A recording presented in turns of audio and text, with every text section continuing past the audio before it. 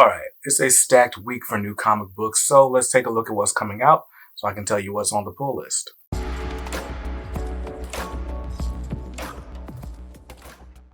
Welcome back to Comics Are Dope. I'm BJ Kicks, and this is the pull list, my weekly video where I look at what books are coming out. I tell you what's on my pull list, what's on the chopping block, and what's on the maybe list that I'm making a game day decision on.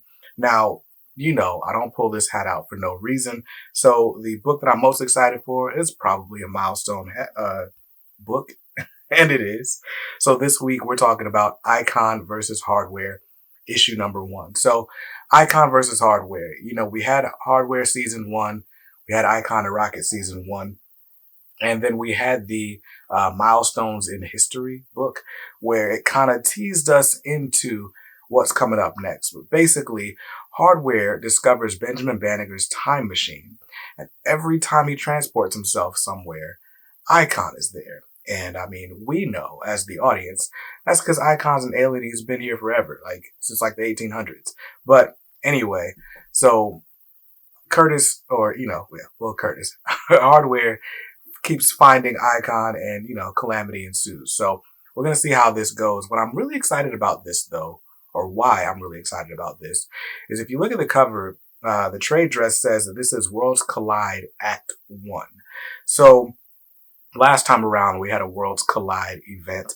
It brought the Superman family of titles in with the 1993 milestone titles. And then super far after that, there was a Worlds Collide titled set of issues in Dwayne McDuffie's Justice League run, where he introduces the Shadow Cabinet, Hardware, Icon, and others into the DC universe proper. So they don't just throw around the Worlds Collide title all willy-nilly.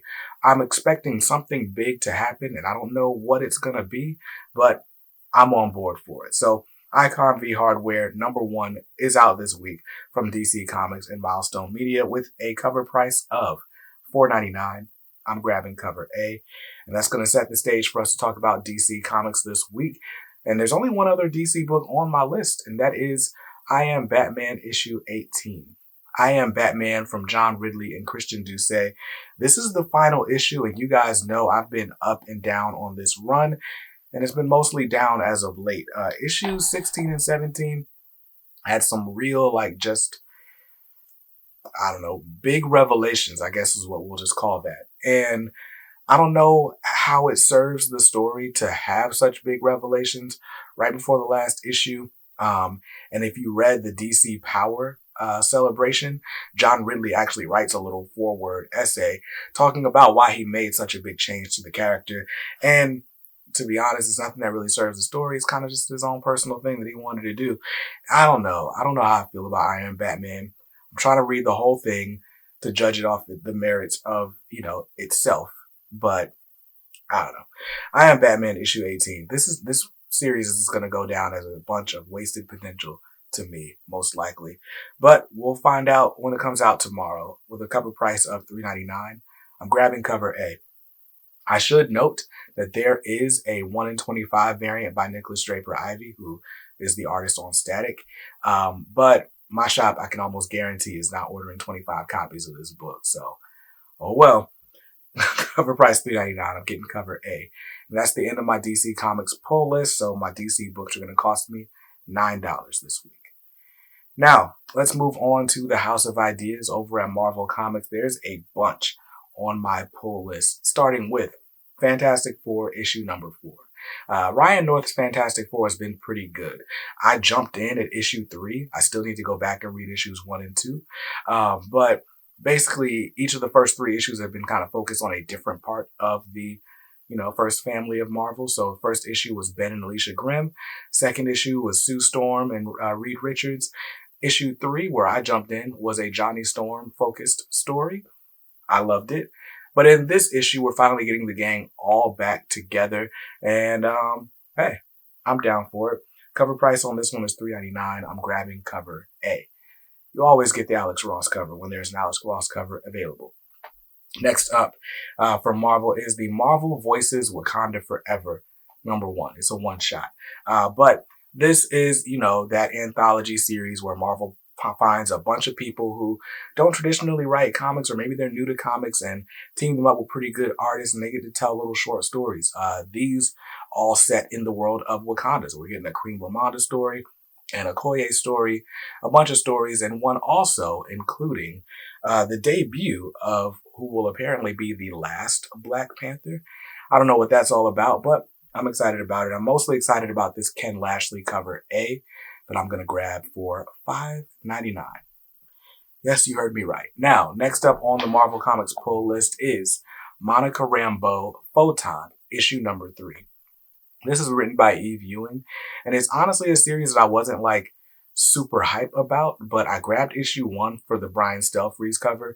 I grabbed issue 2 just because I liked issue 1, and here we are on issue 3. But basically, Monica Rambeau is trying to figure out, like, who is she? Does she belong? She's been kind of put up against some, at least it feels like illusions of, you know, different evildoers from her past and all that. And it's a nice little story. We're about halfway through with issue 3. It's going to be a 5-issue miniseries. So I'm going to grab all 5 issues. But like I said, I've been enjoying it so far. She's kind of hopping dimensions somehow. It's a compelling story. It's pretty good. If you haven't been reading it, grab it. Cover price on this is $3.99. I'm grabbing cover A. And the next book on the pull list, or the rest of my Marvel books, are all X-Men related, starting with Nightcrawlers issue number 1. So, you know, since the Sinister has taken over a few of the X books, Nightcrawlers being the replacement for Legion of X, the book where, you know, Nightcrawler is the focus. Now, in this book, apparently, well, as part of the Sinister event so far, we've had Sinister making his own chimeras, or, you know, sort of hybrid mutants, if you will. So in this series, apparently we're getting a bunch of different Nightcrawler hybrids. There's a Nightcrawler in X-23, a Nightcrawler Cyclops, I don't know, a bunch of Nightcrawlers. So this series is about them somehow. But it's part 3 of the Sinister event. If you haven't been reading it, I highly recommend you get caught up. Cover price on this is $3.99. I'm grabbing cover A. And the next book on the Marvel Comics pull list is Wolverine, issue number 30. We've been getting teased this like whole beast is out of order and somebody's got to do something about it for like quite some time. And it seems like Wolverine is going to be the one to do something about it. Finally, at least if this covers any indication. I've really been enjoying like this subplot of the Wolverine and X-Force books, but I can't lie. I want them to just kind of get it over with. I mean, we've been at it's like 50 issues of comics, 60-ish, between X-Force and Wolverine. Benjamin Percy's been kind of slow walking this story. I don't know. Part of it will feel bittersweet when it's over, because it's like, what else are they going to talk about? But then also, like, let's get it done, fam. Wolverine issue 30. It's got a cover price of $3.99. I'm grabbing cover A. And the last book on the Marvel Comics pull list this week is X-Men, issue number 19. So in the last issue, spoiler alert, a certain Summers father kind of made out a distress call, and it looked like he got taken over by the Brood. And, you know, the Brood's on the way. The Brood is coming, as Paul Revere might say. Would Paul Revere, like, ride a horse and be like, hey, the Broods are coming? Anyway. So the Brood is back, and that's going to be interesting, especially if you remember that development from issue 10 or so of Jonathan Hickman's run on X-Men. I'm curious to see how that all gets sort of reined in. But I've been enjoying Jerry Duggan's X-Men. It's got a cover price of $3.99. I'm grabbing cover A, and that's it, finally, for the books on my Marvel pull list. So if I just stick to that list, Marvel books are going to cost me $26 this week. It's not often that Marvel takes over my total, but hey, that's what we got going on. And then next up, let's talk about some indies, some smaller publishers, if you will, where the first one on the list is Gunslinger Spawn, issue 17. Gunslinger Spawn, written by Todd McFarlane with art by Brett Booth. I can never tell you what the story is about because I never really care, but the art always looks amazing. And that's what we buy comics for, right? Right. Gunslinger Spawn 17. It's got a cover price of $2.99. I'm grabbing cover A. And next up is Mighty Morphin Power Rangers issue 105. So I picked up this book starting with issue 101. It's got a new I think it's Melissa Flores who's writing it. It's been pretty cool. Rita Repulsa is back, and she's like just badder than ever. Badder? Worse? She's a villain. She's a quite evil villain. And so that's happening. And then the Rangers are reluctantly having to like follow advice or take information from Lord Zed, and they don't like it. And same with Goldar. And just there's just a lot going on. But all of this, they've been trying basically their Green Ranger, Matt, basically got kidnapped. And so they're trying to figure out a way back to Rita to grab Matt and, you know, rescue him, go on a rescue mission. It's been a very interesting title so far, but through the 4 issues I've read. So Power Rangers 105's got a cover price of $3.99. I'm grabbing cover A. And the next 2 books on the list, I'm going to go ahead and list them both together because why not? So first up is Teenage Mutant Ninja Turtles issue number 137, which is like part 1,000,000 of the Armageddon game. It's also going along with Teenage Mutant Ninja Turtles, the Armageddon game, number 5 out of 8. So listen, man, like when I signed up to read the Armageddon game, I didn't realize it was going to be like a 6-month event. It's not over until April. But there are so many tie-ins. This feels just as like big as like death metal, or I don't know. Now, are all the tie-ins like completely necessary? No, but I'm a completist and I buy things. So I probably should have just not signed up for the Armageddon game. But anyway, Teenage Mutant Ninja Turtles issue 137. It's got a cover price of $3.99.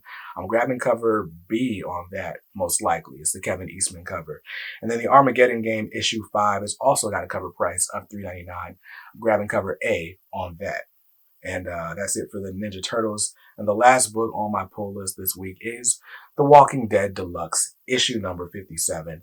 You guys know why I'm buying The Walking Dead. I say it every 2 weeks, but in case you're new here, I'm buying The Walking Dead Deluxe because it's The Walking Dead in color. And eventually, once I get them all, I'm going to have them bound into custom hardcovers, and I'll have The Walking Dead in color in hardcover. And that'll be cool. So Walking Dead Deluxe got a cover price of $3.99, grabbing cover A. That's it for the indie books on my pull list. So if I just stick to the list, my indies are going to cost me $19, and my grand total for the week will be $54, which is really right there at the budget. After my subscriber discount and taxes, I'll be at like $51. So I can spend the extra dollar. But you know where I'm probably going to go over budget? Icon versus Hardware's got multiple covers, and one of them is a 1 in 25 cover that homages the first appearance of Jon Stewart. And hey, we got to do it. We got to do it, right? So I'm definitely going to grab that. If I had to drop something off the list, it would probably be the Marvel Voices Wakanda Forever. And maybe even the Monica Rambeau book. But I'm already like, 2 issues in, so I might as well finish it up, right? That's how you get got. But anyway, those are the books that I'm excited about coming out this Wednesday, February 15th. What are you guys grabbing this week? Are you grabbing some comics for your lady for Valentine's Day? It's probably not a good Valentine's Day gift, guy. Like, just go to the other store and get something else for her. She doesn't want your comics. Anyway, I'll see you guys in another video soon. Let me know what you're excited about in the comments down below. And we'll talk soon. Peace.